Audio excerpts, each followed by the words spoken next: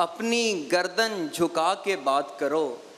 तुम निकाले गए हो जन्नत से, जहर ईजाद हो गया एक दिन।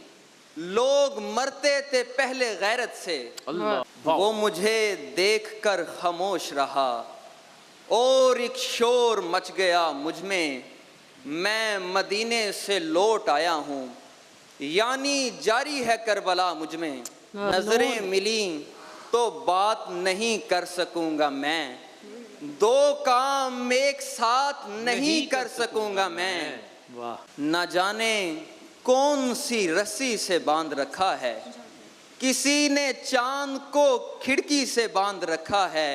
जो मैंने फेंका था नाराज हो के गुस्से में, वो फूल उसने कलाई से बांध रखा है।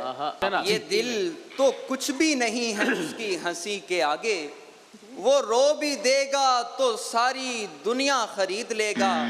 किसे खबर थी मैं जिसको दुनिया पढ़ा रहा हूँ, मेरा वो बेटा मेरा जनाजा गलत पढ़ेगा।